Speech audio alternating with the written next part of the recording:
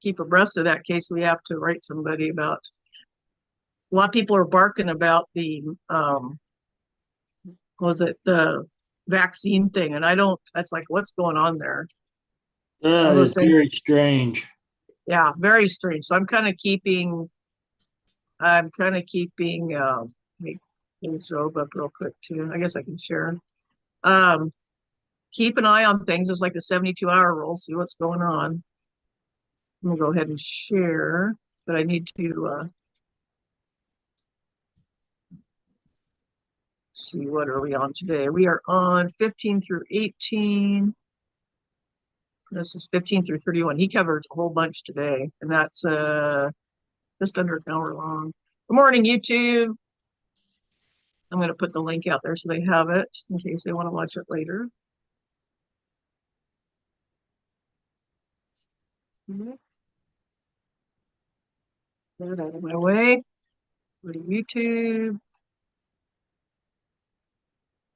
What is it here?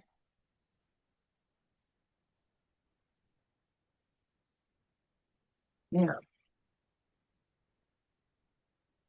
just not having good luck with my moving things around today. There we go. And how's my audio? Good. Good. Good. I'm on the new computer, so okay, we aren't there. I'll go there.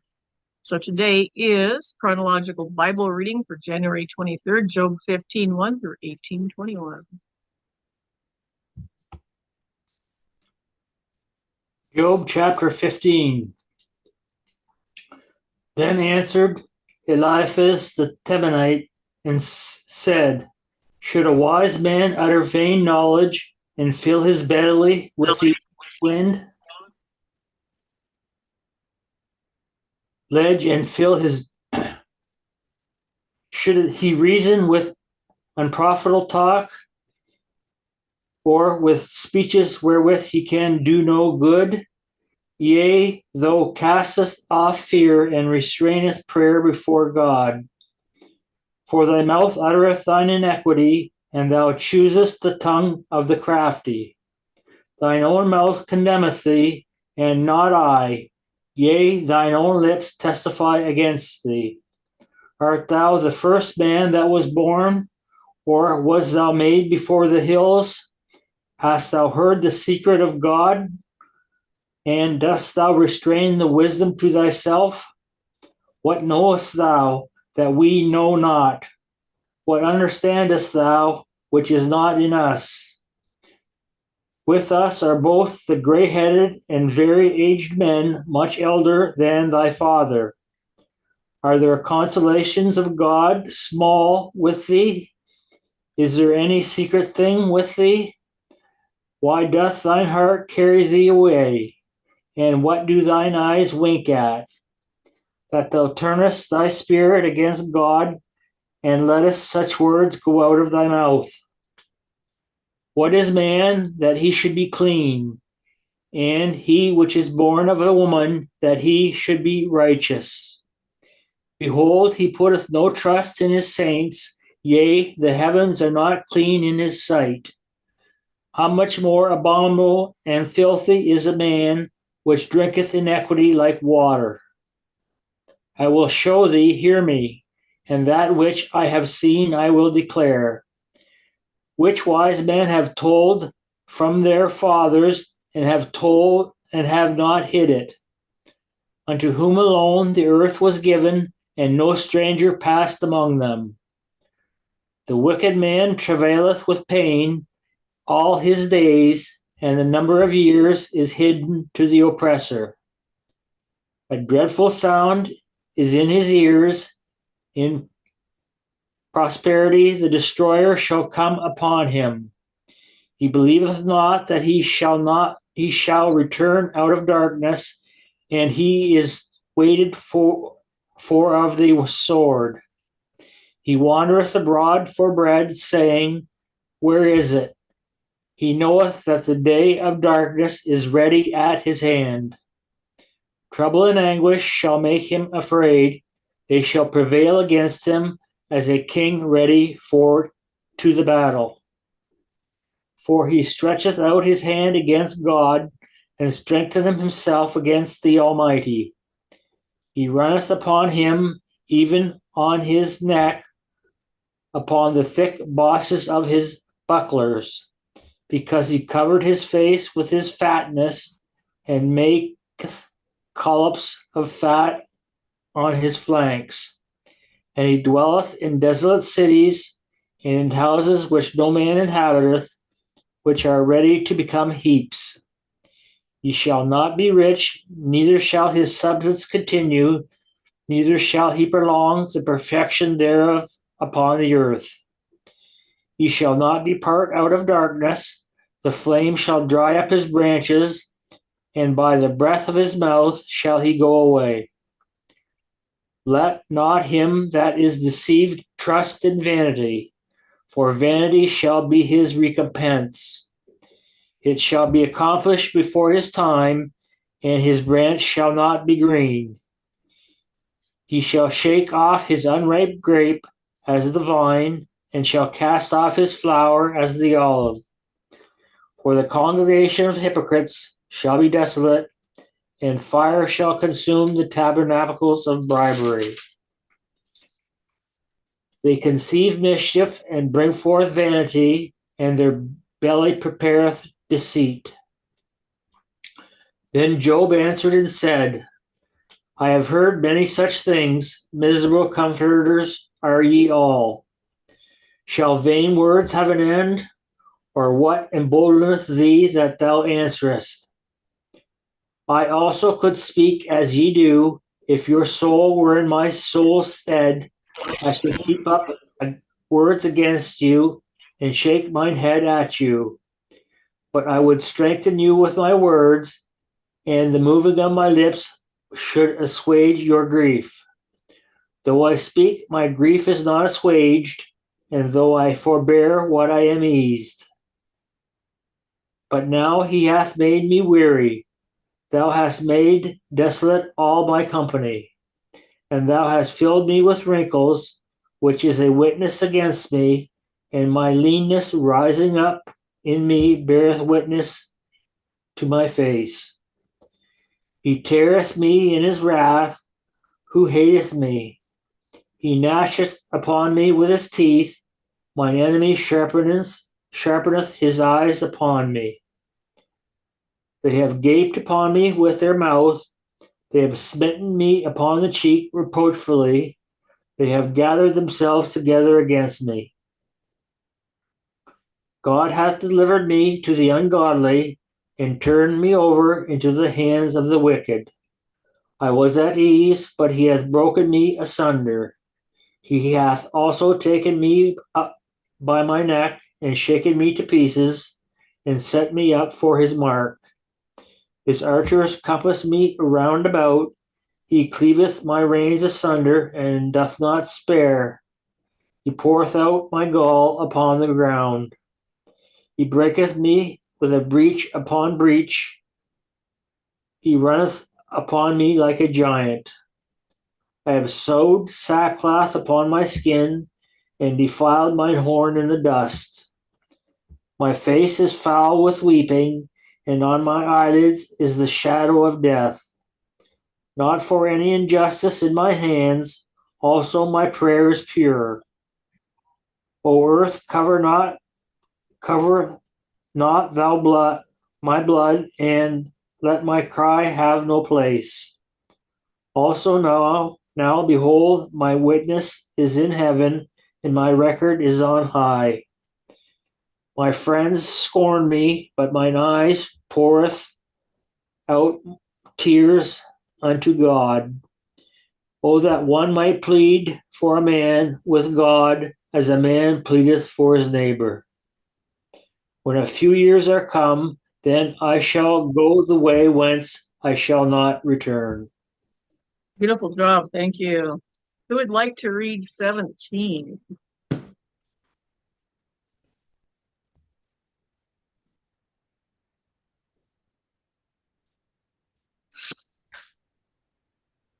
I'll read it.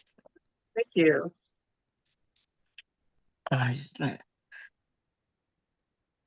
My breath is corrupt, my days are extinct.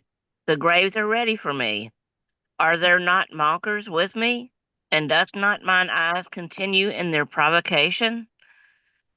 Lay down now, put me in a surety with thee. Who is he that will strike hands with me? For thou hast hid their heart from understanding. Therefore shalt thou not exalt them? He that speaketh flattery to his friends, even the eyes of his children shall fail. He hath made me also a byword of the people, and aforetime I was a tabret.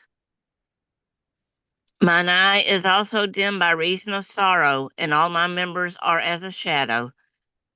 Upright men shall be astonished by this, and the innocent shall stir up himself against the hypocrite. The righteous also shall hold on his way, and he that hath clean hands shall be stronger and stronger. But as for you all, do ye return and come now, for I cannot find one wise man among you. My days are past, my purposes are broken off, even the thoughts of my heart.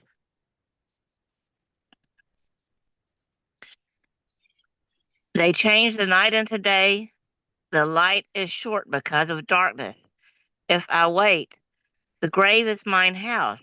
I have made my bed in the darkness. I have said to corruption, Thou art my father, to the worm, Thou art my mother and my sister. And where now is my hope? As for my hope, who shall see it? They shall go down to the bars of the pit when our rest together is in the dust. Then it are we in Keep 18? reading. Yeah, go ahead and keep reading. Okay. Thank you. Then entered Bildad the Shuhite. Okay. I can't see who Bildad the Shuhite said. Oh, okay. Okay. And said, okay, there we go. And how long will it be ere ye make an end of words? Mark, and afterwards she will speak. We will speak. Therefore are we counted as beasts, and reputed vile in your sight. He teareth himself in his anger. Shall the earth be forsaken for thee? Shall the rock be removed out of his place? Yea, the light of the wicked shall be put out, and the spark of his fire shall not shine. The light will be dark in his tabernacle, and his candle shall be put out with him. The steps of his strength shall be straitened, and his own counsel shall cast him down. For he is cast into a net by his own feet, and he walketh upon a snare. The gin will take him by the heel, and the robber shall prevail against him. The snare is laid before him in the ground, and a trap for him in the way. Terror shall make him afraid on every side, and shall drive him to his feet. His strength shall be hunger bitten, and destruction shall be ready at his side. It shall devour the strength of his skin. Even the firstborn of death shall devour his strength. His confidence shall be rooted out in his tabernacle, and it shall bring to him the king of terrors. It shall dwell in his tabernacle because it is none of his. Brimstone will be scattered upon his habitation. His root shall be dried up beneath, and above shall his branch be cut off.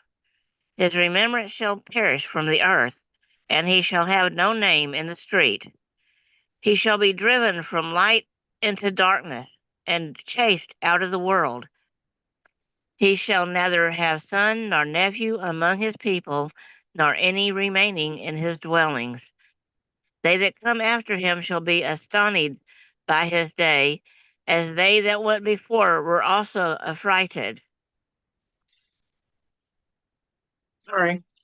There you go. Okay, surely such are the dwellings of the wicked, and this is the place of him that knoweth not God. Great job. Thank you. Great job, both of you. Yay. Great reading. Yay. A lot of reading, actually. Okay. So next, Chuck does have his message here. I'll put the link out in chat. It's 56 minutes. Yep.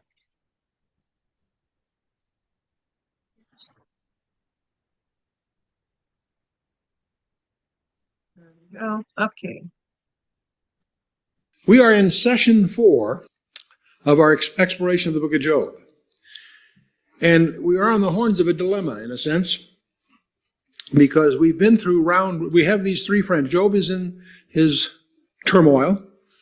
All his wealth and possessions have taken from him. And now even his health. He's very painful, very, very distressed, and also puzzled as why is all this happening. We have the benefit of that conversation between God and Satan that gives us some background that Job didn't have. But then Satan's final attack was not the health. His most vicious attack are these 3 friends. And these 3 comforters. They're going to go around 3 rounds of dialogue with Job. A bulk of the book are these dialogues between these 3 comforters, if I can call them that, and Job. And we went through round 1 last time. We are in chapter 15. Now, the dilemma I'm facing is if we go verse by verse, literally like we've always done with all our Bible studies, we'll be in Job into next summer. On the other hand, I have taught Job once where we just sort of did a 1-hour summary of them all, and that was a little thin. And so what I tried to budget ourselves here, we have tonight to sort of plunge into round 2 and 3. That means in the hour or so that we're going to be together here, I'm going to try to skim through, not too superficially and yet somewhat rapidly, 16 chapters. Because we're going to see, second round starts at chapter 15, Eliphaz, who we heard last time. It's his second discourse. Then we have a couple of chapters of Job's reply to that one. Then chapter 18 is Bildad's second shot at it. And then Job's reply to that one. Then Zophar's second discourse in chapter 20 and Job's reply to that one. That finishes the second round. And then we have a third round. Eliphaz goes at it a final time, and Job has a 2-chapter reply to that one. And then Bildad is in at it again, and Job replies to him. In fact, most people take chapters 26 through 31 as Job's final soliloquy. There are some scholars that suspect that buried in that is Zophar. See, there's some translation problems and other things, but that Zophar may have had his third, which would make it more symmetric. 3 guys, each has 3 shots, so to speak. But in any case, we're just going to jump in and get the flavor of this. The arguments, while incredibly eloquently expressed, especially in the Hebrew, are pretty much a broken record. And if we wade through it verse by verse by verse, you'll discover that it's not like they had lots of different angles. They really keep hammering away the same theme. Now, we'll jump in and take Eliphaz's second round, starting in chapter 15. And you can follow with me, and I'll skip through a little bit in places. But anyway, the first 6 verses of this chapter, Eliphaz, the Temanite, charges Job with presumption. What's really interesting, these guys, see, Eliphaz, for example, when he started his first discourse, he was very polite, very courteous. He's the eloquent one of the 3. But each time he's up to bat, second time, he'll have a third one yet, he gets nastier and nastier. And they're accusing Job. Job says, hey, what have I done?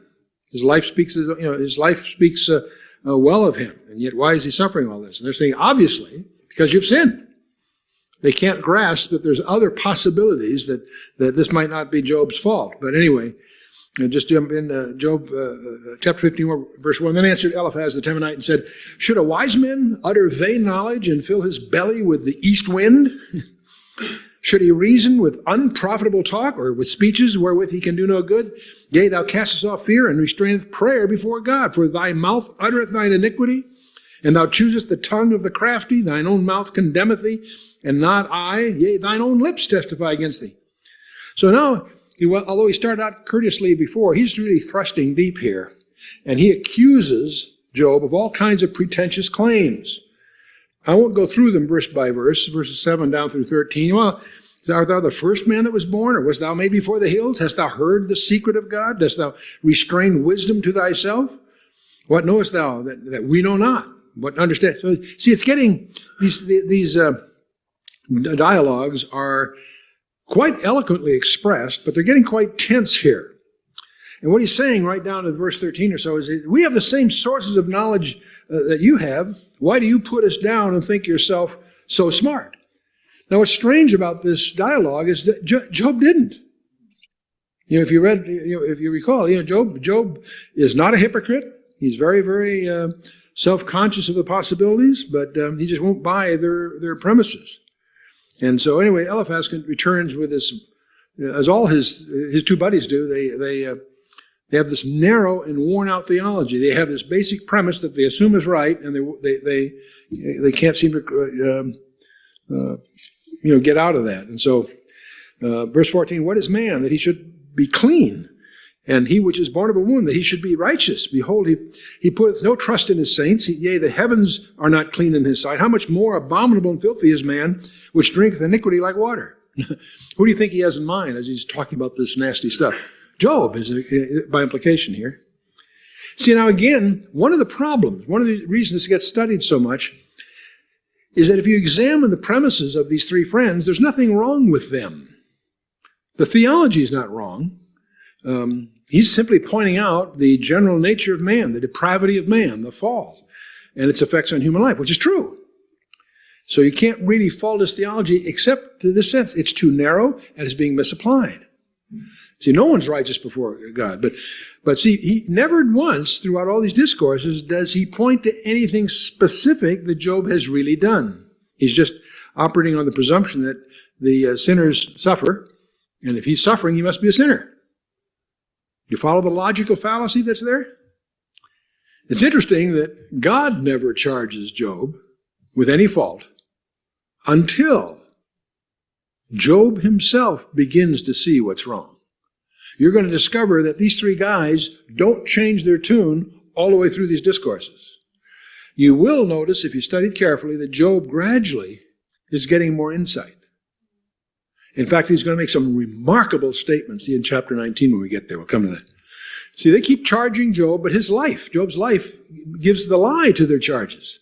And by the way, they too are guilty of these things because they too are part of the human race.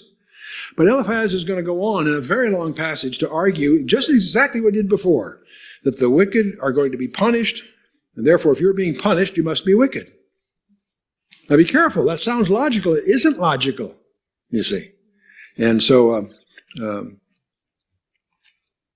murderer last night was left-handed. I'm left-handed, therefore I must be a murderer. You see a problem with that? You see, it's not, it's okay, it's all inclusive, exclusive. I won't diagram it Boolean. You don't have to go to Boolean algebra to solve that kind of logic problem. It's pretty obvious. Okay. And anyway, you've got to be careful those logic goes. Well, I'm not going to drag you through the rest of chapter 15. Eliphaz goes on and on and on in terms. Basically, that's the theme, although it's very eloquently expressed. We get to Job chapter 16. Job replies. In fact, he's going to spend 2 chapters on his reply. And he doesn't really know how to answer. But he is trying to be honest. See, the great thing you'll notice about Job all the way through here is that he's no hypocrite. He makes some statements that he later regrets and admits that they were rash. It's not that he's perfect. But on balance, he does better than any of us would, especially when you keep in mind the agony he's in. He's in pain. He's in serious health problems. He's had everything stripped away from him for no apparent reason. But this biggest pain is why? Why? And I love Job 16 comes right to it. And then Job answered and said, verse 2 of chapter 16, I have heard many things, miserable comforters are ye all. If you've got friends like these guys, you don't need enemies. And yet, as we go through this, keep in mind that you and I have been guilty of the very same thing they are.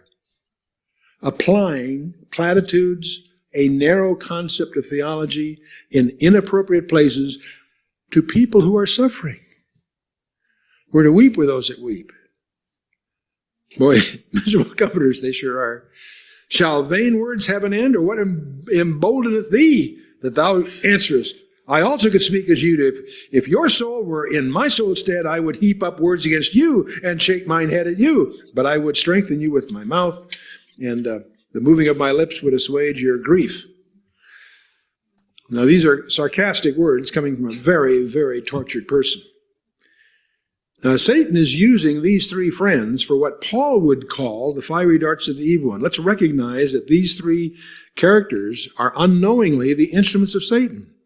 Satan almost had, you can look at him as having three phases. He took all his possessions. Job did well. Satan complained to God. He wanted to change the ground rules. God said, you can do everything but touch his life. Now he's touched his life. He's still doing well, relatively. His final thrust are these three friends, uttering what Paul calls fiery darts.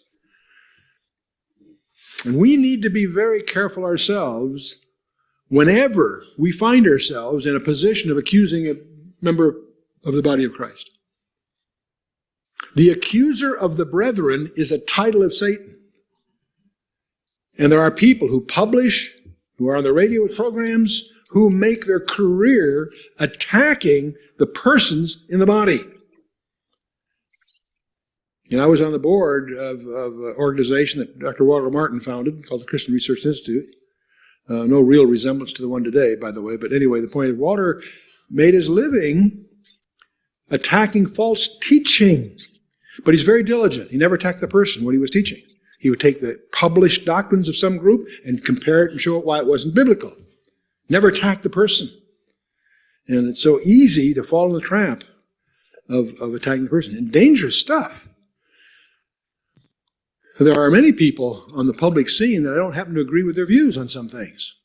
But you don't attack them. If they're saved and they're members of the body of Christ, you don't attack the brethren. Accusing of the brethren is what Satan's all about. So we all need to be very careful there. There's also a procedure in Matthew 18, what we should do if we have a fault with a brother. There's a three-step procedure you go through. You don't do it behind their back. You don't do it in public. You do it with a brother to brother, and so on. Anyway, Job goes on here then to state the facts as he understands them. He says, all I can conclude is that God must hate me. Now, he's wrong about that. See, Job isn't always right. He doesn't demean God. He's always conscious of God's majesty, but he is convinced that somehow God's upset with him. And he goes on through that verses 6 through 9. He just presumed that somehow God must be behind this widespread rejection of Job. Not only in his health, but everybody is picking on him. Everybody is rejecting him. And he go from verse 10 on. He talks about how that he's upset that they just dismiss him. Get down to verse 17. Not for any injustice in mine hands also my prayer is pure, and he just doesn't understand it.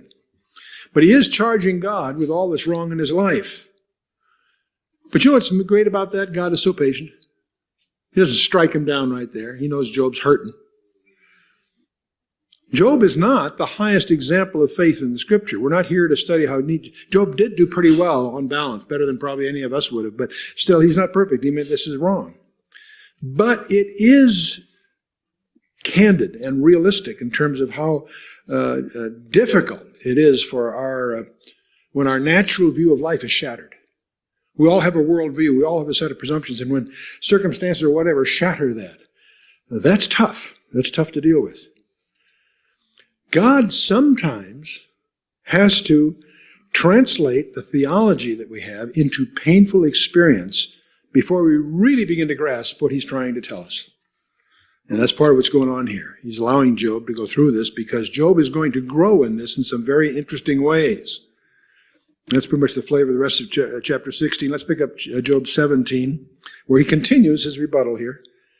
See, despite the charges that he makes against God, he also recognizes that only God can provide the answer. He thinks God's against him for some reason. He doesn't demean God. He's constantly, clearly evidences God's majesty and power.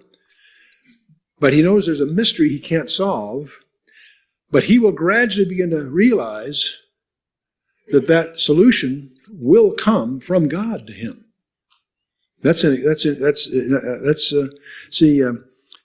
God often sends a trial cause us to, in fact, to wean us, if you will, from the dependence on other people and to find our resources totally in God himself. That can be sometimes what's going on, and that is what's going on here. But now, what Job's going to do in chapter 17, he's going to pray that God will set him free. But you know what he most wants to be free of? His three friends. See, his final agony, aside from the physical hurt and so forth, is the agony of knowing that there's answers he doesn't have and knowing that these guys are not helping. And you say, my breath is corrupt, my days are extinct, the graves are ready for me. Are there not mockers with me? And doth not mine eye continue in the provocation? Lay down now, put me in a surety with thee. Who is he that will strike hands with me? For thou hast hid their heart from understanding, therefore thou shalt not exalt them. He that speaketh flattery to his friends, even the eyes of the children shall fail. He hath made me also a byword of the people, and aforetime I was as a tabernacle. Mine eye also is dimmed by reason of sorrow, and all my members are as a shadow. Upright men are astonished at this, and the innocent shall stir up himself against the hypocrite. The righteous shall also hold on his way, and he that hath clean hands shall be stronger and stronger. But as for you all, do ye return and come now? For I cannot find one wise man among you. My days are past, my purposes are broken off, my thoughts, even the thoughts of my heart. They change the night into day, the light is short because of darkness. If I wait, the grave is mine house. If I made my bed in darkness, I have said to corruption, thou art my father, and to the worm, thou art my mother and my sister. And where is now my hope? As for my hope, who shall see it? They that go down to the bars of the pit when our rest together is in the dust. You know, this is eloquent stuff. It's almost, it's disturbing a little bit to find ourselves in a situation where we're sort of skimming through it, because the beauty of the book is incredible. The articulation is incredible, even in the translation, which is certainly imperfect. But in any case, he responds to Eliphaz, second course. Now we get Bildad steps up. And Bildad just goes on the defensive, and he again just hits his narrow, rigid dogma. Then answered Bildad the Shuhite and said, how long will it be ere ye make an end of words? Mark, and afterwards we shall speak. And wherefore we are counted as beasts and reputed vile. The whole thing's getting tenser, back and forth, less and less rational. And in the interest of time, we'll skip through Bildad's babble here and jump into Job 19, where Job replies to actually not to Bildad, but all of them. And Job here is just a piteous plea in which he's regarding his friends and the mystery of what on earth is happening to him. Then Job answered and said, how long will you vex my soul and break me in pieces with words? These 10 times have ye reproached me, ye have not are not ashamed that ye make yourselves strange to me, and be it indeed that I have erred, mine error remaineth with myself. If indeed ye magnify yourselves against me, and plead against my reproach, know now that God hath overthrown me, and hath compassed me with his hand. He recognized that God's hand is this. That's what's puzzling him about this whole thing. Now we're going to go on with these discourses, but so you glimpse ahead, these three guys, before the evening's over here, are going to be finished. The good news is we're going to get to the end of their words, okay?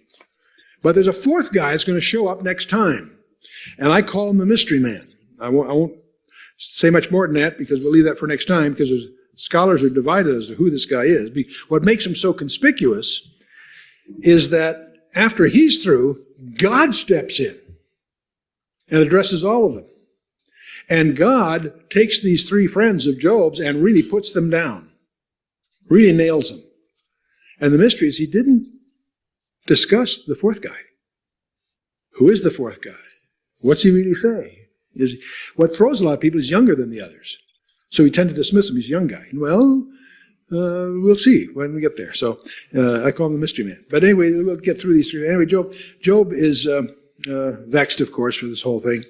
When you get down to verse 13, he gives us a vivid description of the isolation he feels, not just the pain of the disease and all this going through. You got pus-covered sores and all that stuff. It's isolation. He hath put my brethren far from me, and mine acquaintance are ye verily estranged from me. My kinsfolk have failed, and my familiar friends have forgotten me. They that dwell in my house and my maids count me as a stranger. I'm an alien in their sight. I called my servant, he gave me no answer. I entreated him with my mouth, and my breath is strange to my wife, though I entreated her. I treated for the children's sake of my own body. Yea, young children despised me. I arose, and they spake against me. All my inward friends. And he goes on. It's bad stuff, tough stuff. But it builds up here. He says, verse 21, I've escaped with the skin of my teeth. There's where the expression comes from. Verse 21, have pity upon me, O ye my friends, the hand of God hath touched me. Why do ye persecute me as God, and are not satisfied with my flesh? Notice verse 23 and 24. I think this is kind of fun. He says, oh, that my words were now written. Oh, that they were printed in a book, that they were graven with an iron pen and lead in the rock forever. Now, that's just a cry of a tortured man. I don't think he had any realization that his words would be. We are reading them. They are penned in a book. They're one of the most famous books in history of man, the earliest book of the Bible. And his plea here was very literally fulfilled. But the real reason I wanted to caution you here, because there's three verses that follow that are three of the most famous verses in the Old Testament. Don't let them slip by without recognizing how unique they are. We're in the oldest book of the Bible, we're in the Old Testament, and listen to what Job says. For I know that my Redeemer liveth, and that he shall stand at that latter day upon the earth. And though after my skin worms destroy this body, yet in my flesh I shall see God, whom I shall see for myself, and mine eyes shall behold, and not another, though my reins be consumed within me. He declares this statement of the bodily resurrection, that he has a Redeemer that lives. This sounds like New Testament stuff, doesn't it? This sounds like Paul. No, this is Job. Oldest book of the Bible. I know that my Redeemer liveth, that he shall stand at the latter day upon the earth. This is a concept of Jesus Christ that eludes most churches. It's amazing how many churches do not dwell or focus or acknowledge that Christ is literally, physically going to return to rule on the earth. He'll rule in our hearts. They allegorize it all away. My Redeemer liveth, and they shall stand at that latter day upon the earth. And though after my skin worms destroy this body, yet in my flesh. See, he's talking about a resurrection of the body. He's talking about the resurrection of the body, not some kind of spirit thing. He's talking about, in my flesh shall I see God. I remember as a kid when the Revised Standard Version just came out, one of the commentators, they translated it, without my flesh shall I still see God. They destroy the whole thing by twisting the Hebrew. And none of the other modern translations, I don't think, do that. They recognize the reality of what's here. It's a great treasure. Now, after my skin worms destroy the body, yet in my flesh I shall see God, who I shall see for myself, and not another. And mine eyes shall behold not another, though my reins be consumed with me. And out of all this he's saying, my heart fades within. This is expression as earnest and as strong as can be said. It's one of the earliest declarations of the resurrection of the body found in the Word of God. See, Job never fails, in all his misstatements and agony, he never fails to see the majesty and power of God. And now he comes to the dawning realization that God is working out a great and mighty purpose, and that God himself will ultimately be visible before men. That's what he's saying. And the fact that God is visible, the fact that there's a Redeemer, that there's a God-man involved, is all implicit here. And that all that God has done will ultimately be vindicated, even though he doesn't see it right now. See, life is a mystery. And our problem is we can't comprehend it all because it's painted on too large a canvas. Can you imagine a small fly? If you've been to the Forest Lawn, they have a painting of the crucifixion. I forget how long it is. It must be 60 or 80 feet long. It's a huge, huge painting. But can you imagine a fly crawling on that inch by inch, trying to make sense of it? You follow me? It'll see colors and brush strokes and, it's the threads of the tapestry or whatever. It has no concept. That's our problem in life. Life is painted on too large a canvas for us. But Job, despite his concern of the mystery, is beginning to trust God. And the whole thing, the main lesson in the book of Job is that God is there. And Job begins to believe that God will supply the answers he seeks. Verse 28 continues about, ye should say, why persecute ye him, seeing the root of the matter is found in me? Be ye afraid of the sword? The wrath bringeth the punishments of the sword, that ye may know that there's a judgment.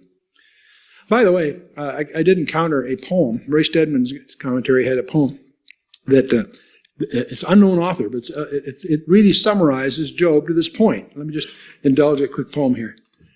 When God wants to drill a man and thrill a man and skill a man, when God wants to mold a man to play the noblest part, when he yearns with all his heart to create so great and bold a man, that all the world shall be amazed, watch his methods, watch his ways, how he ruthlessly perfects, how he royally elects, how he hammers him and he hurts him, and with mighty blows converts him into trial shapes of clay, which only God understands.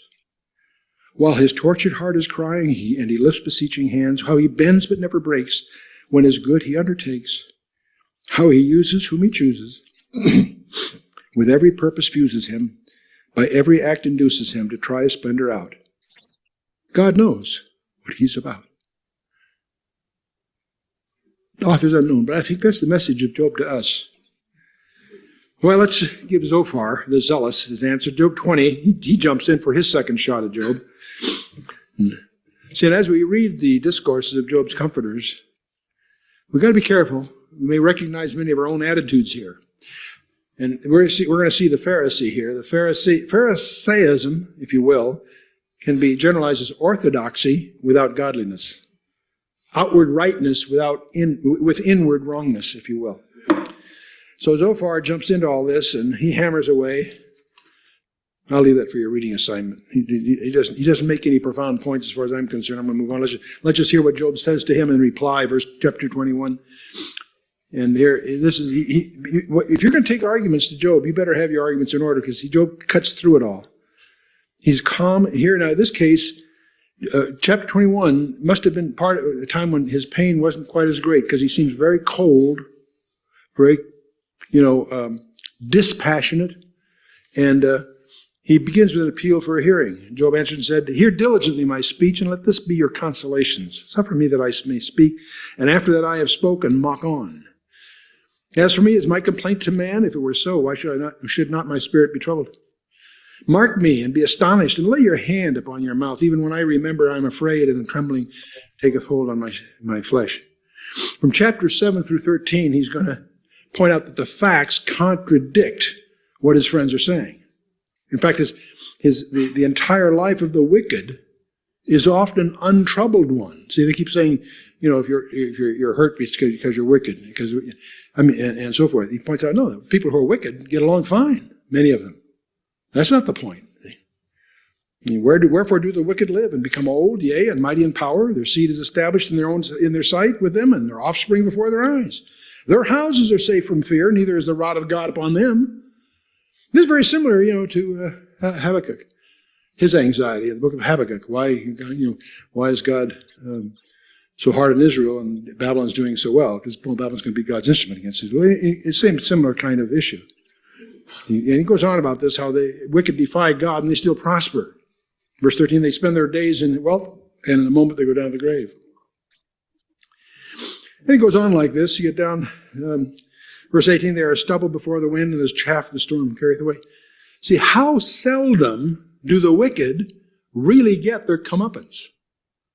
See, God's judgment seems to us very infrequent. Now and then you see it, but not as a general rule. The wicked prosper. Why do the wicked prosper? That's one of the big enigmas in this thing. And basically what he's going to argue through this is that life seems to be very unfair. If there is a good God, why does he let this kind of thing happen? And he very eloquently goes through all this.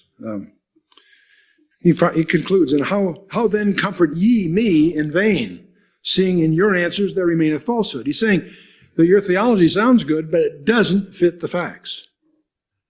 We've got to be on guard on that. Most of these, you can take a piece of truth and overgeneralize it and end up with error, especially when it's misapplied. The wicked typically live above the law. The world system is very typically prostituted to the convenience of the elite. Even in this country, where we have probably landmark gains over human rights and other things in our culture, even here, you watch the elite abuse the average people. Because you can commit murder and get away with it if you have enough money, enough power, enough pulse. You can be president of the United States and get away with the kinds of things that anyway.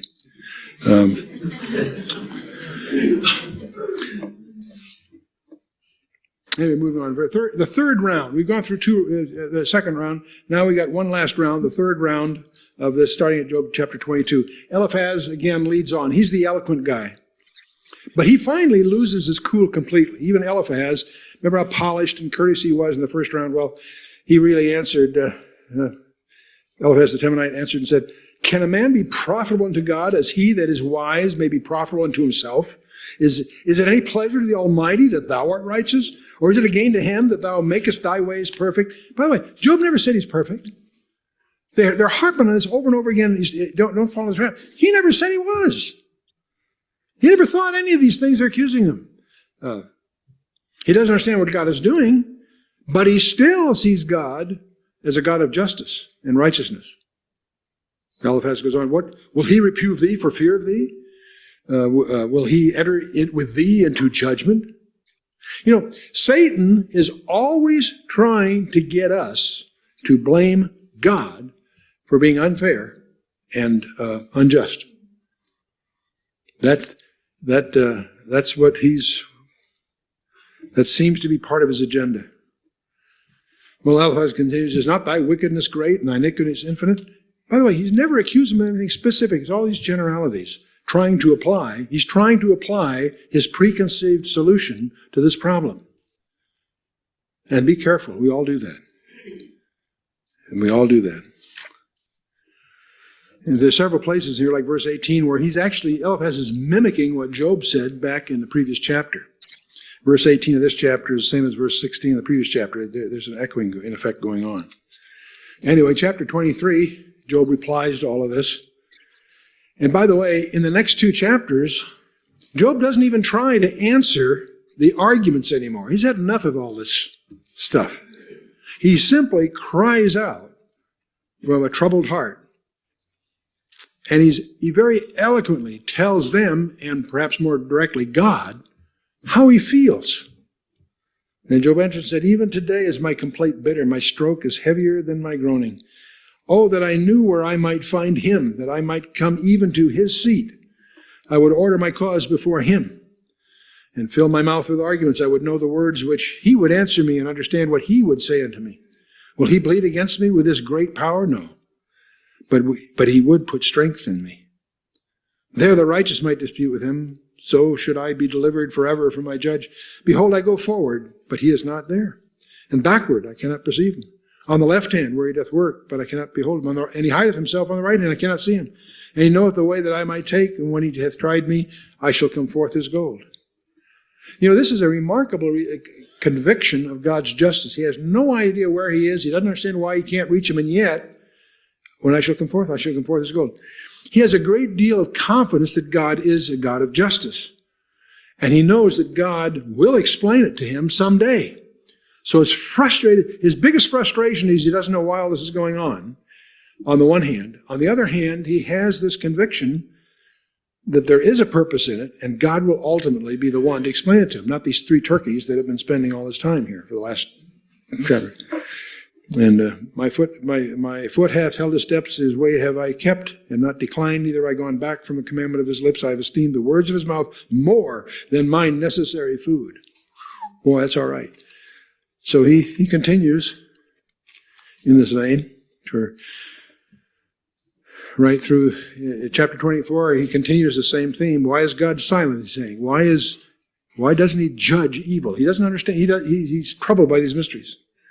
He says, "Why, seeing that times are not hidden from the Almighty, do they not know him? Do they that know him not see his days?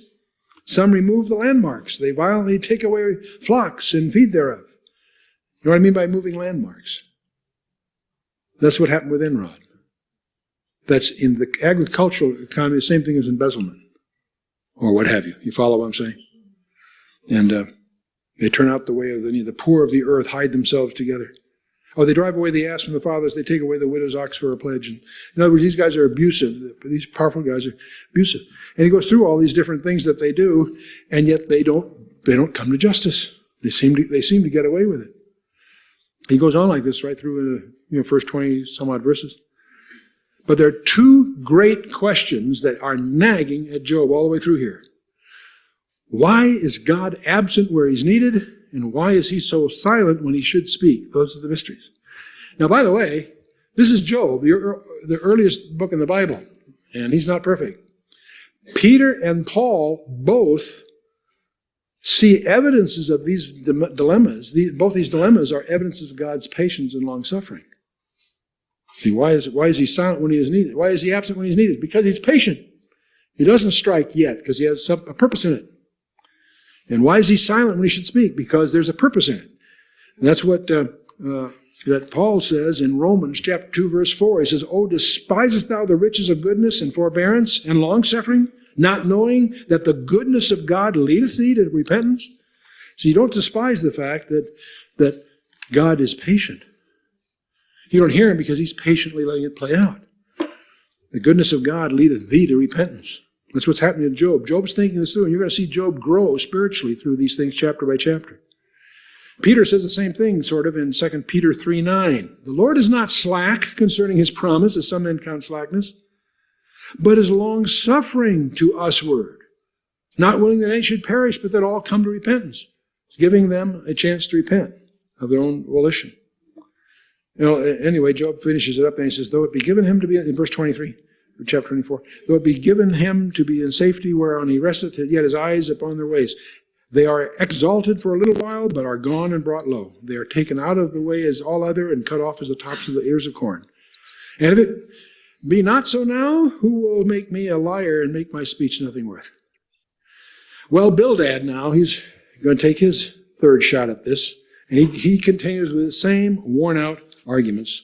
And the good news about chapter 25, it's a short one, 6 verses. And Job, in effect, replies. Now, there's a distinction here. Most commentators have chapter 26, 27, 28, 29, 30, and 31, Job's final soliloquy. That'll be the end of Job's comments. From there on, it's the Lord's. But you'll notice if you're watching this, we had Eliphaz, Bildad, Zohar, and then Zophar, and then same three. We don't have a third discourse of Zophar. We'll have Eliphaz will speak, Job will reply, Bildad will speak.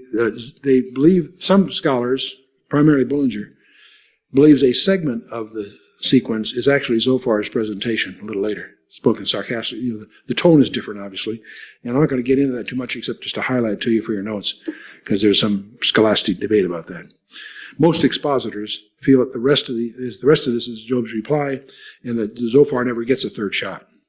Bullinger feels about verse 11 of chapter 27 is where he starts for about a chapter. We'll deal with that when we get there. That would provide symmetry. He may be right, but we'll see. But anyway, in chapter 26, it seems that Job is hanging up the phone. His answer to Bildad is rich in irony. Job answered and said, "How hast thou helped him that is without power? How savest thou the arm that hath no strength? Hast thou counseled him that hath no wisdom? How hast thou plentifully declared the thing as it is? To whom hast thou uttered words, and whose spirit came from thee?" Actually, Satan sent them, but God is still using them because he's using this for Job's growth. And he goes on and hammers away rather eloquently at our friend. And basically, he lists mysteries. God's going to talk about his mysteries in a few chapters away. But he talks about dead things are formed from under the waters, and the inhabitants thereof. Hell is naked before him, the destruction hath no covering. He stretcheth out the north over the empty place, and hangeth the earth upon nothing. Wow. Any of us with a modern science background, that's very vivid. Can you imagine this being in the oldest book in the Bible? He hangeth the earth upon nothing. Wow. And Isaiah will talk about the sphere of the earth. Interesting. He stretcheth out the north over the empty place. He hangeth the earth on nothing. He bindeth up the waters as in his thick clouds, and the cloud is not rent under them. He holdeth back the face of his throne, and spreadeth his cloud upon it. He compassed the waters with the bounds, till the day and the night come to an end. Pillars of heaven tremble and are astonished at his reproof. He divideth the sea with his power, and by his understanding he smiteth through the proud. By his spirit he garnisheth the heavens, and his hand hath formed the crooked serpent. Lo, these are parts of his ways, but how little a portion is heard of him. But the thunder of his power, who can understand? In other words, Job's the gist of what he's saying, there are mysteries of God that no man can plumb them.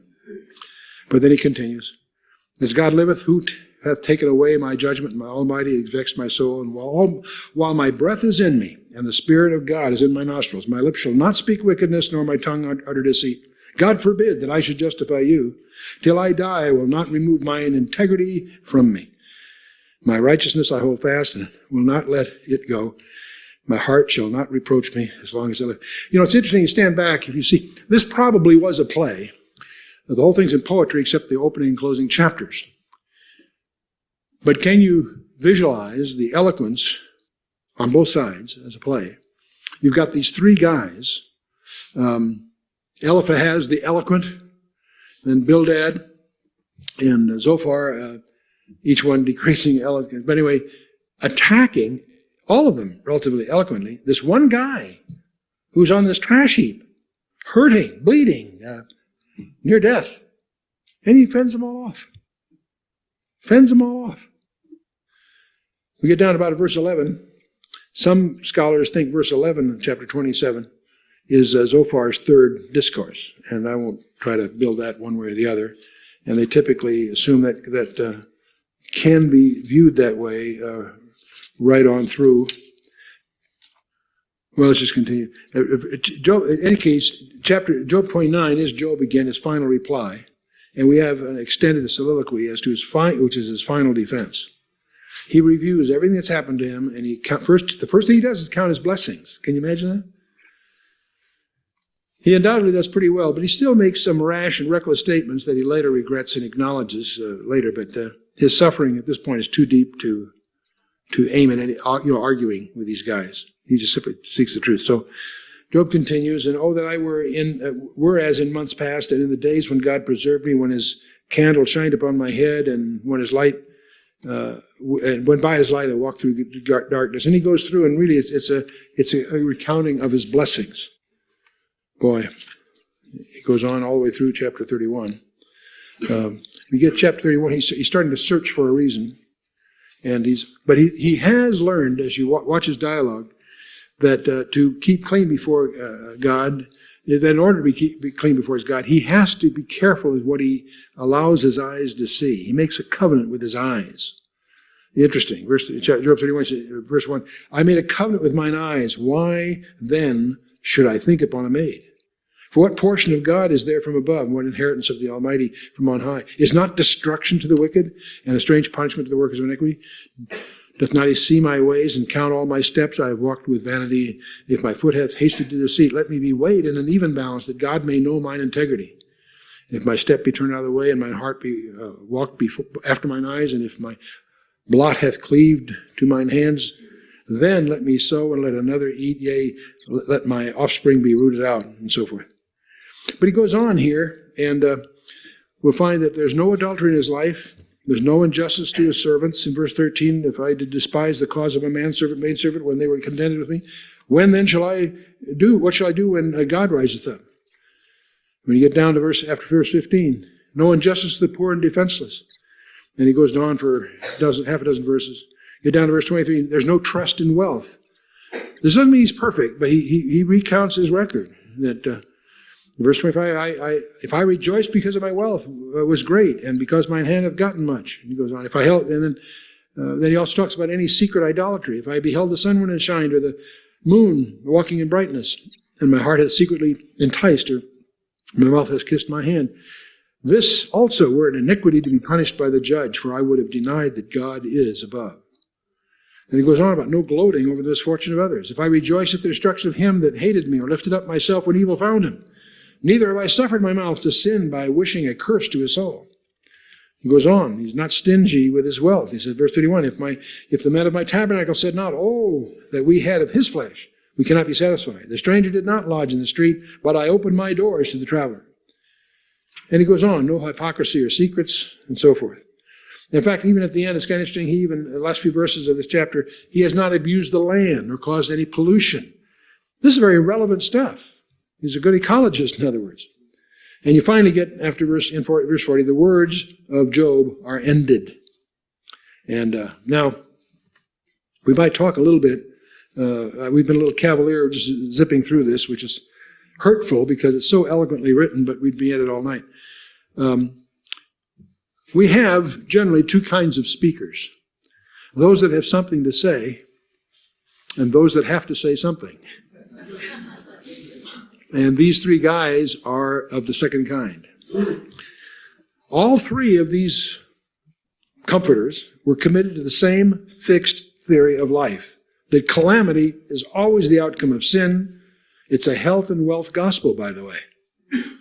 There are major ministries on television that are locked into this same view of life. If you're sick, it's because you have not enough faith. Boy, I'd like to see them tell that to Paul, who was sick, and so on. See, they all measure things by this present life. Wrong, guys. They're all static. There's no advance in the views of the three friends. They all just eloquently remouth the same platitudes. They change expressions, but they all must justify Job at God's expense or vice versa. And they certainly aren't going to justify Job at God's expense. So that's their thing. Eliphaz was based on observation. Bildad on tradition. Zophar on assumption. Eliphaz was a moralist. Bildad was a legalist. Zophar was a dogmatist. They're all close cousins. Eliphaz was an apologist. Bildad a lecturer.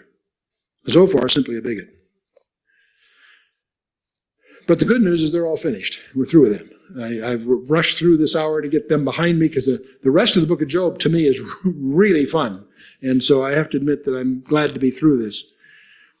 But the first round, just to summarize them again, the three are one in the contention that God always prospers the upright and always punishes the perverse.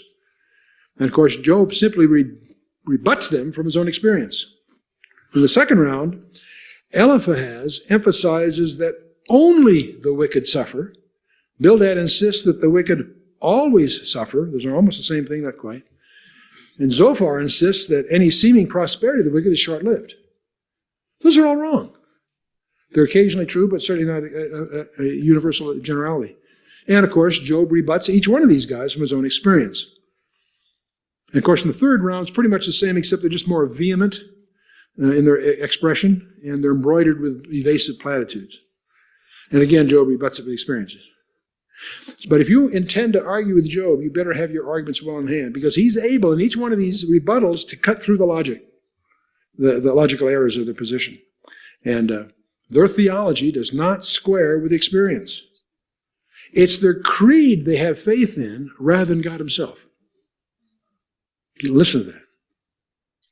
They had faith in their beliefs rather than faith in God. There's a gigantic difference. It's a gigantic difference.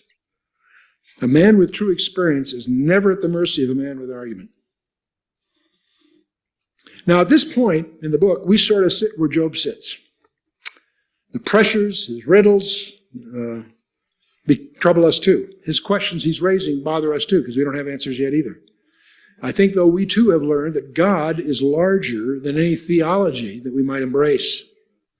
And he's never inconsistent, never capricious. That's one of the gigantic differences between Allah of the Quran and the God of the Bible.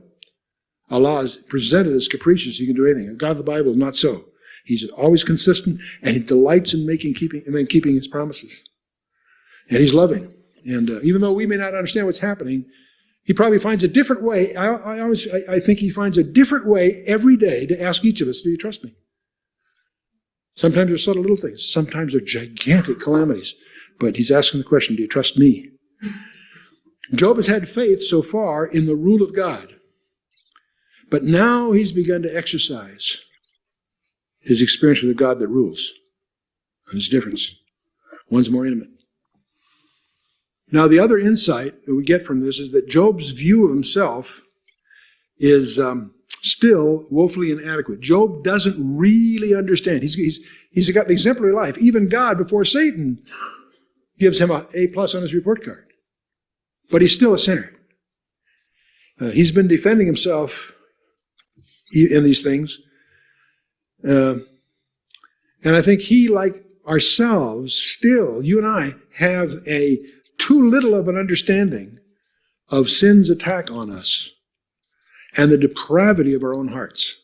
You and I do not really understand how depraved we really are. Jeremiah 17:9, key verse. The heart of man is deceitful above all things. Think about that. That's quite a statement. The heart is deceitful above all things. And it says desperately wicked. The word isn't desperately. That's what it's translated in the King James. It is incurably. You and I are incurably wicked. Nowhere in the Bible does God heal a heart. He replaces it. A new heart I give you. That's what I mean, born again. It takes a creative act of God from scratch to make you worth something. We are not sons of God, we are sons of Adam. 1 John 1:11, he came into his own, and his own received him not. But as many as received him, to them gave he the power to become the sons of God, meaning a direct creation of God. That's in chapter 1 of John. He'll explain it in detail in John 3. Paul, by the way, also points out that there are depths that you and I are still not aware of. Paul says let me get my reference here. Yeah, 1 Corinthians 4. 1 Corinthians 4. Paul says, but with me, it is a very small thing that I should be judged of you or of man's judgment. Yea, I judge not mine own self. For I know nothing by myself, yet I am not hereby justified. But he that judgeth me is the Lord. See, even Paul, with his consciousness of his own sin, realizes that he doesn't know the half of it. He doesn't know the half of it. Hey, we think we're pretty good. Oh, really? You don't know the half of it.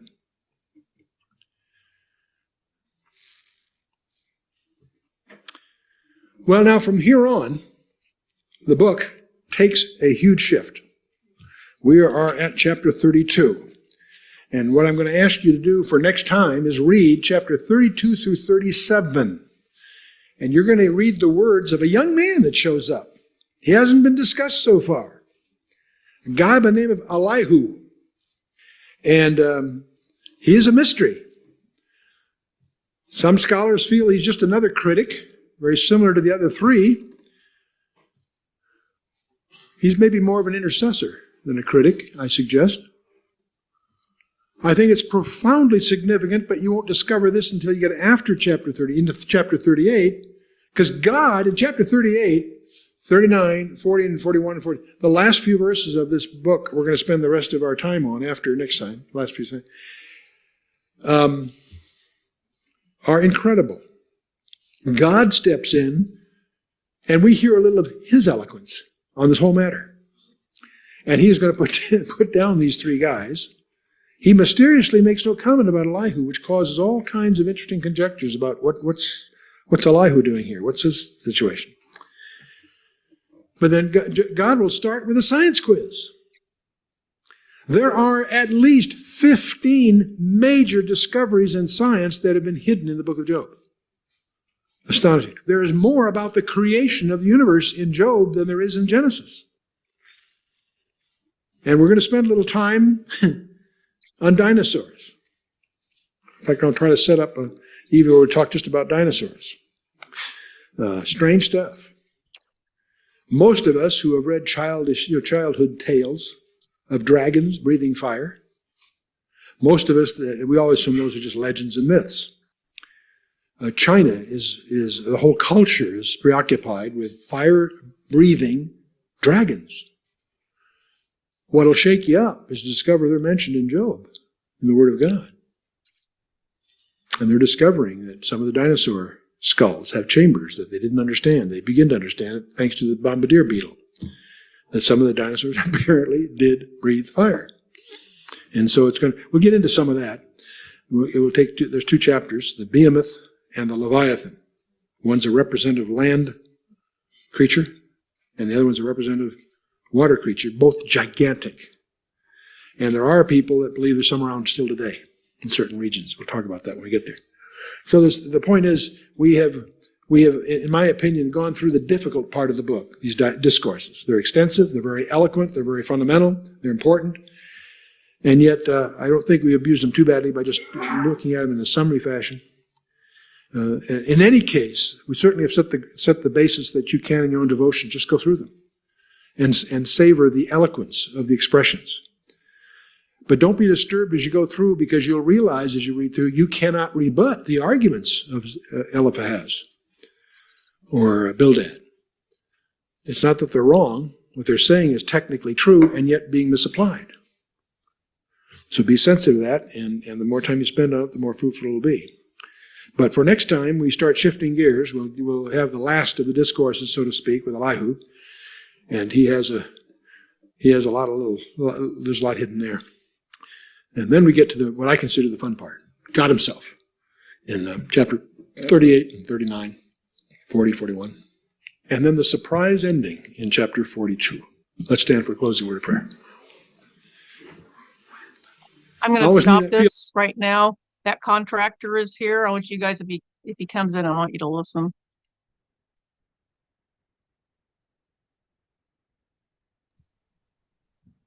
Careful, Chris.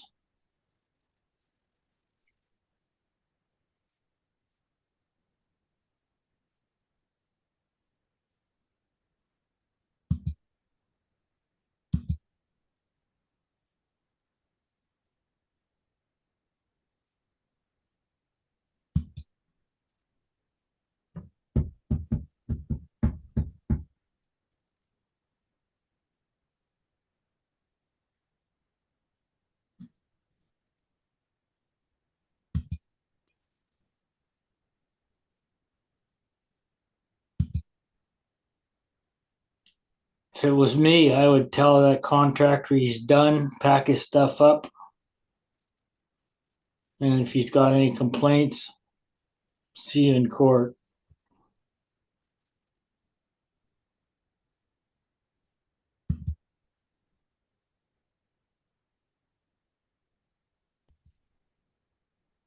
But Chris knows how to hold her ground pretty good. I'm sure she'll be able to take care of herself very well.